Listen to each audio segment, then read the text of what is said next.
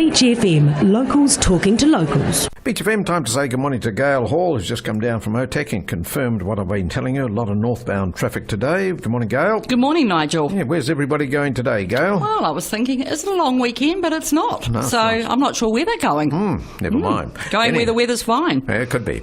Anyhow, you've gone and seen a great film. You've seen The Mercy. Yes, I did, Nigel, The Mercy, and aptly titled. And I think you'll see why when the moviegoers go and see this movie. Directed by the Academy Award-winning James Marsh, directed this movie, and he directed The Theory of Everything. And of course, we had the sad passing away this week of our Stephen Hawking. So it was based on his movie. That was The Theory of Everything. Yes. So R.I.P. to Stephen Hawking. But this movie is based on a true story, and as I said once upon a time, that I do like looking at true stories of an amateur sailor, Donald Crowhurst, and his attempt to win the first non-stop single-handed round-the-world yacht race in 1968. Now, a headline I read just recently said, is this Colin Firth's finest role?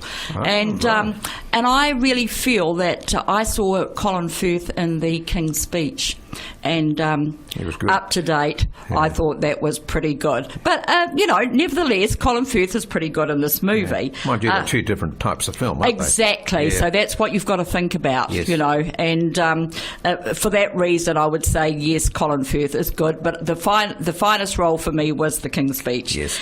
Rachel Wise plays Claire Crowhurst, determined to stand by her man and her marriage. Reminds me of the movie a bit of Castaway with Tom Hanks, because two different situations. I mean, Tom Hanks had a plane crash, I think, and landed, eventually got to an island. And this, of course, is the lone yachtsman being out in the elements. Yes. But Tom Hanks had a ball to talk to, a face, a volleyball, which he called Wilson. Well, this one here, occasionally, Donald had the contact via radio with his wife and his promoters or whatever, and the press and everything. But mostly you're on your own with the thoughts and the elements. So very much sort of similar thought process, yes. I thought, between the two men. Now, if you have read the book, The Strange Last Voyage of Donald Crowhurst, you should follow up and see this movie. Oh, good. Should you read the book first? Well, some people say if you read the book first, it's quite good to go and see the movie, and yet other people say go and see the movie and then read the book. Right. So it's entirely personal choice. Okay. His planned leaving for this voyage was August 1968, but with hold-ups with equipment, because he did design this boat himself, and it was a trimaran, and of course he had to get money because he had a business, and the business was called Teignmouth, and I hope I've pronounced that right, Electron, because he designed electronics, and one of his designs was a sort of a navigating tool, right, which he thought that would be absolutely brilliant for him to use on his voyage. So he convinced his wife, and of course the kids were excited about this, he had 3 kids, to go on this voyage, but with all these holdbacks, he never actually got away till the 31st of October, the last day that the promoters of the race would allow boats to leave the harbour, or to leave the shore. Yes. So he actually went, so he was really quite unprepared. But Nigel, I thought, with looking at the movie on the last night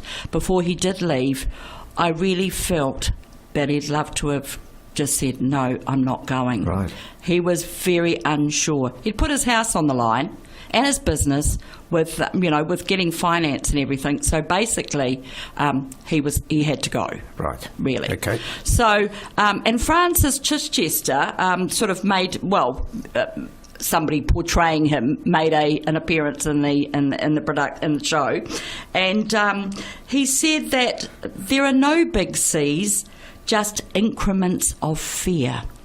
And I think he was so right when you saw some of these waves. His voyage in 1966 was one of the inspirations, I suppose you could say, that Crowhurst actually made the decision to actually think that he could do this. Yes. He'd only sailed round his local harbour.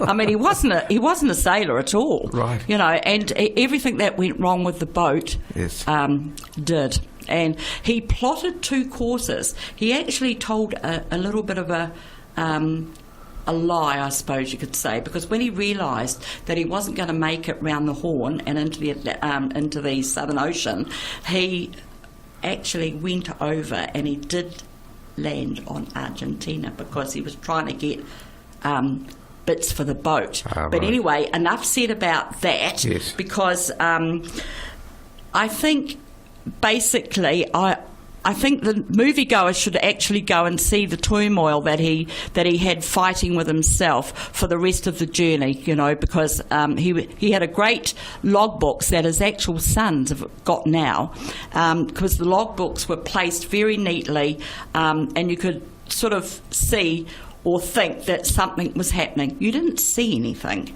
but your own thought process thought, that's what you evaluated from the movie, yeah. Oh, is he going home, or what is going to happen? Excellent. But I think my last thing for this, Nigel, is the last log entries I will leave for the moviegoers to realise the inner turmoil of the man himself. Right. And I know that when I go on the ferry, Nigel, and if I've got a rough Cook Strait ferry, that's enough for me without looking at the waves that I saw on the movies that this man had to go through. That's the minimum size boat I'll go out in the sea in.